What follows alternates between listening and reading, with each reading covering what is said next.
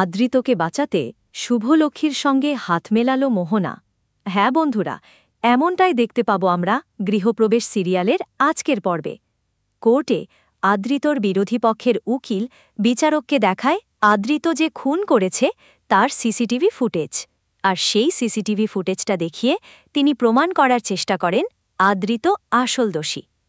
এরপর স্বপনের সাথে যে শুভর একটা সম্পর্ক আছে সেই কথাটা সবার সামনে তোলে।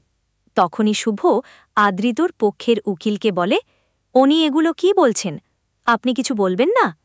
আদৃতির পক্ষের উকিল বলে, না, এতে আমার বলার কিছু নেই।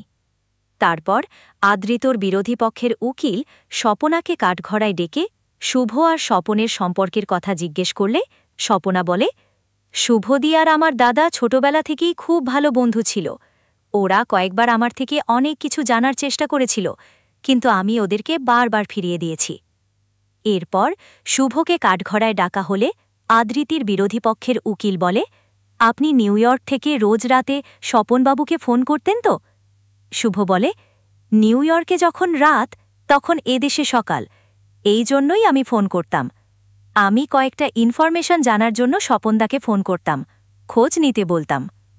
কিন্তু এই কথা আদৃতর বিরোধী পক্ষের উকিল কিছুতেই মানতে চায় না। সমানে আদৃতকেই দোষী সাব্যস্ত করার মতলে থাকে।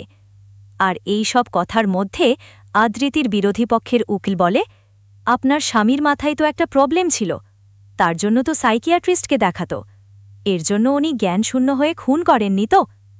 এ কথা শুনে শুভ চিৎকার করে বলে ওঠে, না। পরিস্থিতি হাতের নাগালের বাইরে যাচ্ছে দেখে মোহনা আকাশ সেনকে বলে, দাদা, তুই আদৃতকে মুক্ত করতে ওই লয়ারটা ঠিক করেছিলি না? আকাশ উত্তরে হ্যাঁ জানালে মোহনা বলে, তাহলে উনি আয়ানের পক্ষে যাচ্ছে কেন? আকাশ বলে, চুপচাপ দেখতে থাক মোহনা, বিজয়টা আয়ানেই হবে। মোহনা মনে মনে ভাবতে থাকে, না, এইভাবে চুপচাপ হাত গুটিয়ে বসে থাকলে চলবে না, এবার আমাকেই কিছু করতে হবে। তো বন্ধুরা, তোমাদের কি মনে হয় মোহনা আকাশের চালাকি বুঝতে পেরে শুভলক্ষ্মীর সঙ্গে প্ল্যান করে আদিকে বাঁচাবে? এমনটা হলে তোমাদের কেমন লাগবে কমেন্ট করে জানাও। ধন্যবাদ।